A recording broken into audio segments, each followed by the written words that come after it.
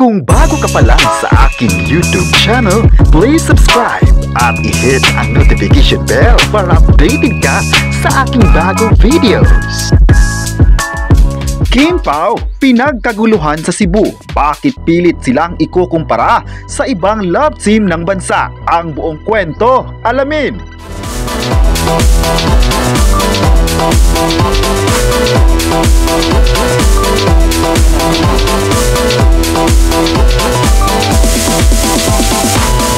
Ngayong araw, July 7, ay mas kaabang-abanga ang kidlat ng balita. Lites nga ngayon na ikinukumpara ang tambalang Kim Pao sa ibang love team ng bansa.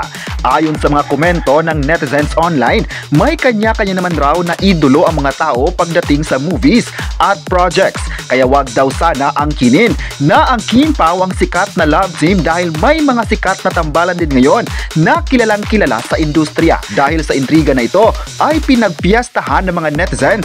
Ilan sa mga fans ng bawat tambalan ay nagbigay ng kanya-kanyang saloobin.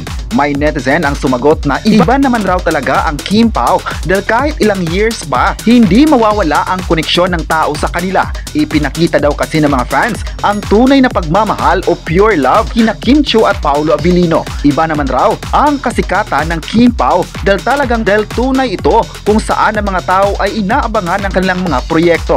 Hindi din sila nagkaroon ng issue sa mga tao na bagay na nagustuhan nila sa dalawang sikat na kapamilya. May netizen naman na nagsabing totoo naman na ang Kim Pao ay sikat ngayon dahil sa di matatawarang galing nila sa mga projects na ibinigay nila sa mga tao. Talagang tumatak ang kanilang mga proyekto sa ABS-CBN, mapelikula man at serye. Kaya malayo talaga ang lamang ng Kim Pao pagdating sa popularity ng isang artist. Sila nga naman daw ang kinilalang most popular love team of the year. Sunod-sunod ang mga recognition na natanggap mula sa iba't ibang award-giving body sa bansa at maging sa abroad.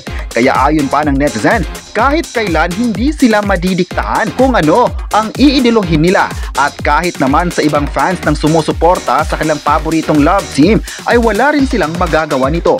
May netizen naman ang nagsasabing magaling naman raw ang Kim Pao, ngunit may mga baguhan naman sa industriya na deserve ding tawaging popular love team ng bansa. Kaya wag naman raw sanang angkinin ito.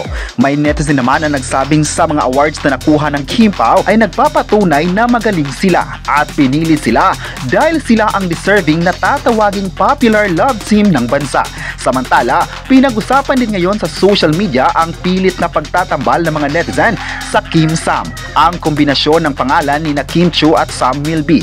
Sa online world, may ilang netizen na nagbahagi ng payag na bagay raw ang Kim Sam sa isang proyekto. Ayon pa nila, dahil nga walang umaamin sa relasyon ng Kim Pao, ay pwede naman na itambal sina Sam Milby at Kim Chiu sa next project.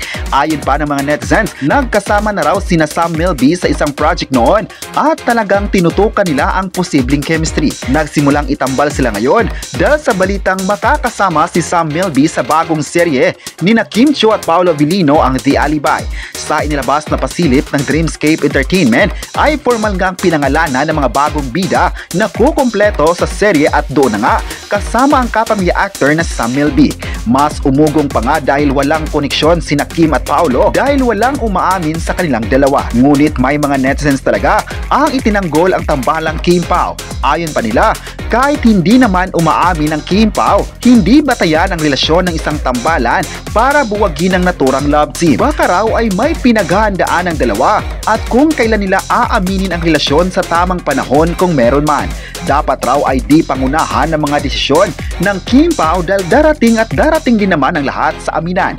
Kahit ano pang sasabihin ng mga hanash ng netizen, hindi nila mapipigilan ang suporta ng taong bayan sa nagisang Kim Pao ng bansa. Sana raw isipin ng mga bashers ang mga salita nila at kung paano makakaapekto sa lahat ng mga pahayag.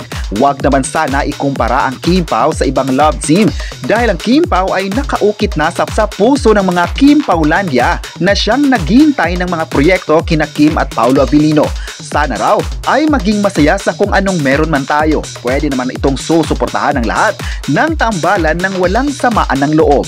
Ang bawat tambalan ay deserve na mahalin at hindi ito pagbibigyan ng hate comments. Dapat ikakasaya pa nga ng sambayanan kung ang mga Pinoy na love team ay umarangkada sa industriya dahil marami silang mai-inspire sa mga series nito.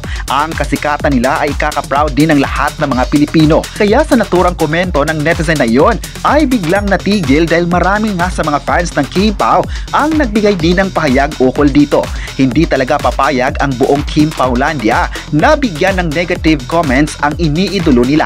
Hanggang dulo ay talagang ipaglalaban nila sina Kim Chiu at Paolo Avellino, kaya wag magkakamali na bigyan ng issue ang Kim Pao. Let's support na lang sa lahat ng tambalan sa bansa na kitang-kita din naman ang mainit na support ng mga tao rito. Maalalang pinag-usapan din ng mga sikat na tambalan na sina GM Fiang, Das Pia, Breka at marami pang iba na deserve talagang bigyan ng love at support. Lahat sila ay magagaling. Good job, Kim Pao. Sa kabilang banda naman ay aminado ang bida ng pelikulang Sunshine na si Maris Racal na muntik na siyang gumive up sa kanyang career. Siya kasi ang latest guest sa vlog nito ni Karen Davila na mayroon ng halos 800,000 views. Diretsahang tinanong ni Karen Davila si Maris kung dumating ba ito sa punto na inisip niyang i-give up ang kanyang career. Ayon pa ng kapamilya actress, oo raw, minsan inisip talaga niyang i-give up ang mga ito. Tinanong pa nga ng kapamilya actress kung worth it ba ang ginagawa nito sa industriya. Paglilinaw ng actress, hindi tumagal ang ganong idea. 2 oras lang daw iyon at trabaho muli dahil wala namang magagawa kundi harapin ang mga pagsubok sa buhay. Mas nanaig kasi sa kanya ang pagmamahal niya sa kanyang trabaho. Mahal daw niya ang kanyang pangarap. Kahit anong problema at pagsubok raw, gagawin niya ito. Gusto niya ang trabaho at pangarap niya, kaya parang gagawin niya lahat para matupad ito. Dagdag pa niya, may pagkakataon raw na sa tingin niya, bibigay na siya ngunit proud pa rin siya dahil andito siya para labanan ang lahat ng pagsubok. Nagpapasalamat talaga siya sa lahat ng kanyang supporters at sa production houses na nagbigay ng trabaho sa kanya. Hindi rin niya nakakalimutan ang mga taong nagbibigay sa kanya ng motivation. Dahil dito ay marami sa mga tagahanga ni Maris Racal ang bumilib sa naging payag niya. Proud sila dahil kahit binagyo man siya ng intriga noon, ipinakita pa rin niya ang katatagan sa pagiging babae. Mas lumaban siya para ipakita sa buong mundo ang galing nito sa acting. Mahal ng mga fans si Maris Racal dahil sa napaka-natural at talented na actress ng henerasyon. Marami nga sa ngayon ang bilib sa ipinakita niyang galing sa serye niyang Incognito na tinangkilik talaga ng mga viewers. Di naman kasi mapapantayan ang husay niya sa acting kasama ang mga bigating artist ng ABS-CBN. Sobrang thankful talaga siya sa mga taong nagbibigay ng support sa nasabing serye ng taon. Kaya ngayon pa lang ay grateful man siya sa kinalalabasan ng serye ng Incognito at umaasa naman ang lahat ng viewers na marami pang mga proyekto ang gagawin ni Maris Racal sa bakura ng Kapamilya Network. Kayo, ano ang masabi nyo na marami pa rin na nagmamahal sa Kim Pao? I-comment na kung ipinaglaban mo ba ang Kim Pao sa mga intriga at huwag kalimutang i-subscribe ang ating YouTube channel.